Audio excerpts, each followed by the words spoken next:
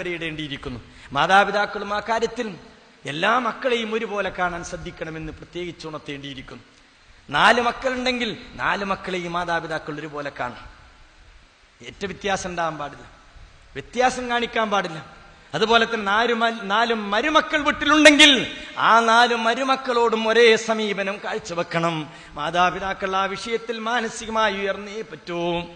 ഏതെങ്കിലും ഒരു മരുമകളോട് പ്രത്യേകം ഒരു താല്പര്യം, അവരുടെ മക്കളോട് പ്രത്യേക ഒരു താല്പര്യം, ഏതെങ്കിലും ആളുകളോട് പ്രത്യേക ഒരു കണ്ണ്, ഇല്ലേ?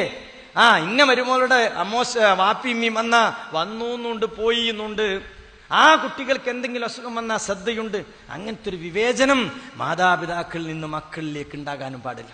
അത് നമ്മൾ ശ്രദ്ധിക്കണം. വലിയ ശ്രദ്ധ പുലർത്തേണ്ട ഒരു മേഖലയാണ് അള്ളാഹുവിന്റെ തൃപ്തി ലഭിക്കണമെങ്കിൽ, അല്ലേ? മഹാനായ പ്രവാചി വിവേചനത്തിന്റെ കാര്യം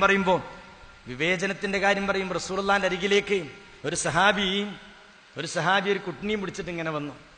എന്ന് റസൂലുള്ളാഹി പറയാൻ, നബിയെ, ഞാന് ഈ കുട്ടിക്ക് ഈ സമ്മാനം കൊടുക്കാൻ തീരുമാനിച്ചിരിക്കുന്നു.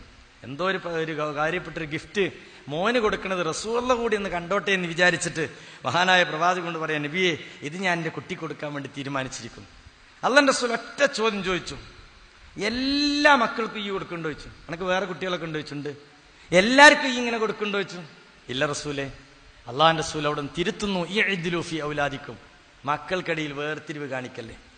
എന്താ, കുട്ടികൾ ചിലവർ നല്ല പഠിക്കാൻ കഴിവുള്ളവരുണ്ടാവും, ചിലവർ നല്ല സാമർത്ഥ്യമുള്ളവരുണ്ടാവും.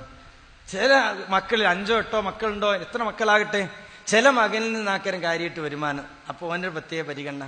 മറ്റേ പാവം അള്ളാഹുവിന്റെ സൃഷ്ടിപ്പല്ലേ, ചിലപ്പോൾ ഓന് വേണ്ടത്ര സാമർത്ഥ്യം ഉണ്ടാവില്ല, ഓന് ചിലപ്പോൾ സ്ഥിരമായി ജോലിയൊന്നും ഉണ്ടാവില്ല, അവൻ്റെ അടുത്തുനിന്നുള്ള വരവ് കുറവായിരിക്കും.